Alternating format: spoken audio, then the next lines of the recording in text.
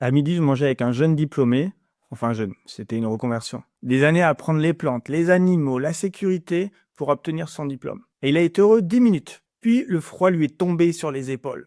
Et maintenant, comment je commence? Qu'est-ce que je fais? Alors on lui a appris à faire, à mémoriser, mais pas à commencer à se lancer. Et c'est la même histoire chez plein de gens que j'accompagne. Des avocats, des charpentiers, des profs de yoga, des designers, même des vignerons. Beaucoup savent faire, mais peu savent démarrer. Alors ils se mettent au service de d'autres, des boîtes, et pourquoi pas? Ça peut être très bien comme ça. Mais pour certains, c'est une vraie concession. Petite, mais qui commence à les ronger l'intérieur. Et il y en a d'autres qui se lancent quand même, souvent un peu dans toutes les directions, et ils s'épuisent en quelques mois, car ils n'ont pas la carte, la méthode. Moi, je vois 3 grands pièges dans ces formations finalement. Il y a le faux sommet, si tu veux. On croit que c'est le diplôme, c'est l'arrivée. En réalité, c'est juste un col. Après, il faut choisir son chemin. Ensuite, il y a le savoir sans traction. On accumule des concepts, du savoir, mais pas le chemin pour en vivre. C'est comme un faux départ un peu. Tu sors crevé avec ton diplôme, ton compte vide, ta confiance dans les chaussettes, et tout à construire vraiment à partir de là. Et le dernier, c'est la solitude. T'étais bien entouré, bien cadré pendant des mois et des années, et un lundi matin, tu te retrouves tout seul,